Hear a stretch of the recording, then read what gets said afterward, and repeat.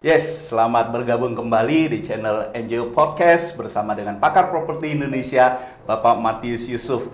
Nah, di episode kali ini kita akan membahas lagi tentang properti Indonesia, khususnya pembangunan high rise, Pak.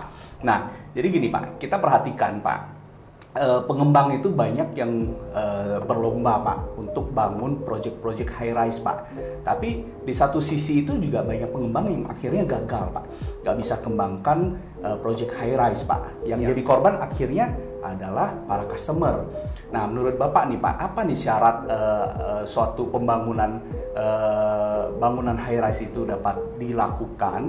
Nah, terus kemudian gimana nih cara kita customer ini memilih proyek high rise yang tepat, Pak? Silakan, Pak. Ya, terima kasih. Ini banyak lata-lataan. Ya. Artinya ikut-ikutan. Me too product. Ya, me too product. Me too adalah saya juga mau produk itu. Ya. Tapi tidak melihat bahwa population itu adalah salah satu syarat untuk membangun high rise building. Contoh nih, satu kota kalau jumlah penduduknya tidak lebih dari 1 juta manusia, maka itu tidak cocok membangun high rise building. Karena tanahnya masih murah. Buat apa vertikal? Horizontalnya cukup. Kenapa vertikal? Karena tanah sudah sangat mahal dan tanah sudah sangat terbatas. Suka atau tidak suka, mau atau tidak mau, harus naik ke atas, ya. Jadi naik ke atas itu namanya high rise building. Jadi syarat utama adalah jumlah penduduknya, manusianya harus di atas 1 juta. Dan juga tidak sembarang lokasi. Lokasinya harus benar-benar di tempat yang betul hiruk pikuk. Yang artinya di downtown. Yang artinya di tempat yang sudah macet. Maka perlu high rise building. Kalau di daerah yang masih sepi, masih di tengah sawah, itu tidak cocok untuk membangun high rise building. Nah, juga high rise building harus juga lihat, ada gak melanggar yang dinamakan dengan KKUP? Apa itu KKUP? Koefisien ketinggian operasi pesawat. Kalau daerah rata-rata lapangan terbangnya masih di dalam kota nih. Kalau bangun tinggi-tinggi, pada saat dia manuver mau turun itu pesawat, itu bahaya sekali. Ya, jadi menurut saya jangan lata-lataan membangun high rise building. Oke, baik, Pak. Nah, kita juga tahu Pak Matius ya sangat pakar sekali di high rise building, Pak. Kita tahu proyek-proyek Bapak itu rata-rata sukses semua dan juga semuanya proyek high rise. Pak, boleh nggak kasih 1-2 bocoran kira-kira proyek Bapak mana nih yang bisa kita invest nih, Pak? Iya.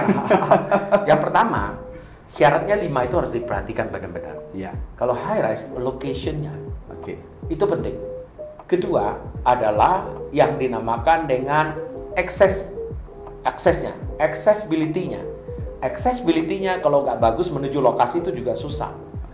Dan yang ketiga, jangan lupa konsepnya.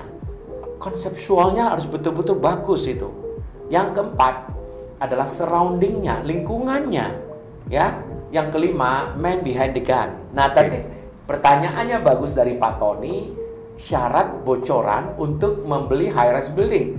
Tentunya kalau boleh saat ini 5 tahun mendatang lagi, high building sekarang sedikit bubble, ya. Tadi saya katakan, tetapi kita membeli middle rise. Saat ini adalah membeli yang middle rise, yang lantainya tidak lebih dari 10. Kalau di atas 10, sekarang agak sedikit terjadi perlambatan. Dan jangan lupa, terjadi juga sedikit koreksi tentang harga. Bukan bubble, tapi koreksi harga. Nah, ini yang perlu hati-hati. Karena oversupply juga bisa menjadikan terkoreksi itu harga. Oversupply juga bisa membuat penjualan stagnasi.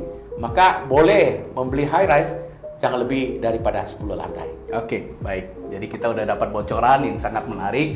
Nah, Bapak Ibu sekalian tinggal cari lokasinya di mana yang paling tepat sesuai dengan yang telah disebutkan oleh Pak Matius Yusuf tadi. Terima kasih, Pak, buat waktunya. See you on the top. Salam closing.